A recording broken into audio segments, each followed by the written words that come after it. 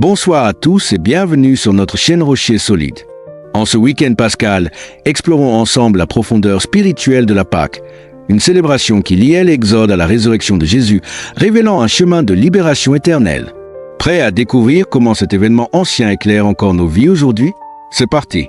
La fête de la Pâque et son histoire dans l'Ancien Testament. Lorsque le peuple de Dieu vivait à l'époque en Égypte, ce peuple était opprimé par le gouvernement égyptien. Il cria vers Dieu pour sa libération.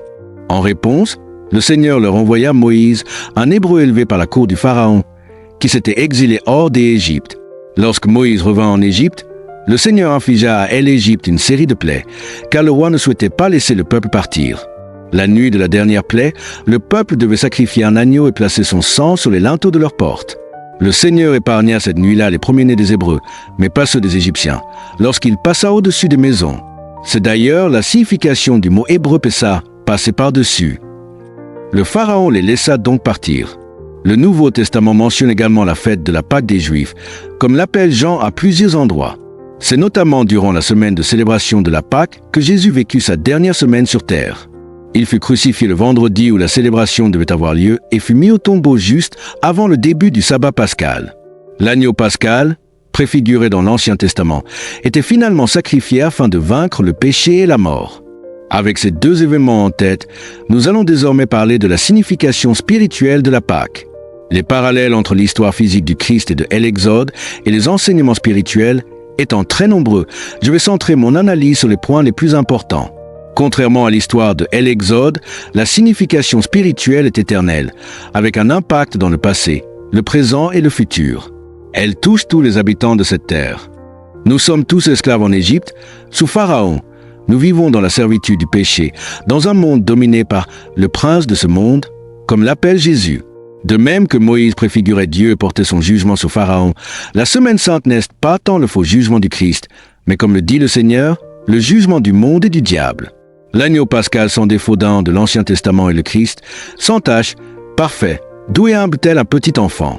C'est le sang de l'agneau qui, symboliquement, protège et identifie le peuple d'Israël. Cela signifie que c'est le fait d'accepter le Christ qui nous permet d'être identifiés comme l'Israël spirituel. Cela signifie aussi que c'est Jésus qui lutte et qui est vainqueur dans cette bataille contre la mort et le péché.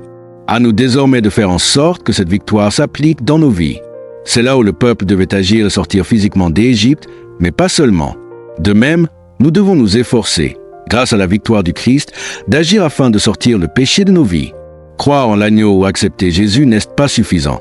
Nous devons nous repentir, ce qui signifie nous tourner vers lui. La liberté du peuple des Hébreux vis-à-vis des Égyptiens ne fut vraiment acquise qu'après l'épisode de la mer Rouge.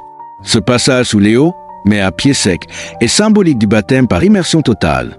Le baptême est en lui-même un symbole de la Pâque, car il symbolise notamment la mort du Christ et sa résurrection.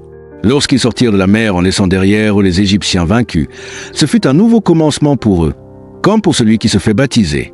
Mais ce n'est pas la victoire finale, comme le montre la suite de l'histoire. Peu de temps après, hélas, le peuple fut condamné pour s'être si promptement éloigné du Seigneur. Pour la préparation du repas de Pâques, le Seigneur avait donné un détail au peuple, sacrifier l'agneau et le rôtir, puis brûler les restes. Le Seigneur Jésus expie pour nos péchés. Agneau de Dieu, puis crucifié, c'est la mise à mort de l'agneau. La consommation par le feu intervient symboliquement lorsqu'il ressuscite. Tout comme les restes de l'agneau détruit par le feu, le corps meurtri du Seigneur n'est plus trouvable dans la tombe. Lorsque Marie vient le voir, le Seigneur a accompli sa mission. Il est purifié par le feu divin, éternel, pour régner pour toujours et à jamais. L'implication pour nous est que le baptême ne suffit pas à opérer une transformation spirituelle. Il est indispensable de rechercher avec zèle le baptême par le feu du Saint-Esprit, qui permet ce changement profond et durable de notre esprit, cette nouvelle naissance. En guise de conclusion, je vous invite à méditer les derniers moments de la vie de notre Seigneur. En ce vendredi saint et dimanche de résurrection, louez le Seigneur. Souvenez-vous de son sacrifice, priez pour lui. Prenez le pain et les eaux avec lui, chantez en son honneur, car grâce à cette Pâque, le Seigneur nous a donné la possibilité, par ses mérites, de vaincre la mort physique et la tombe, mais aussi la mort spirituelle qu'ouest le péché. Enfin, je vous donne une question très sacrée à réfléchir, un mystère. Si Jésus était déjà saint, parfait et roi avant sa venue sur terre, qu'est-ce que ce baptême de sang et de feu que fut sa dernière Pâque lui a-t-il apporté? Pour nous, les bénéfices sont énormes. Mais qu'en est-il pour lui? Je vous souhaite d'excellentes fêtes de Pâques et une bonne semaine.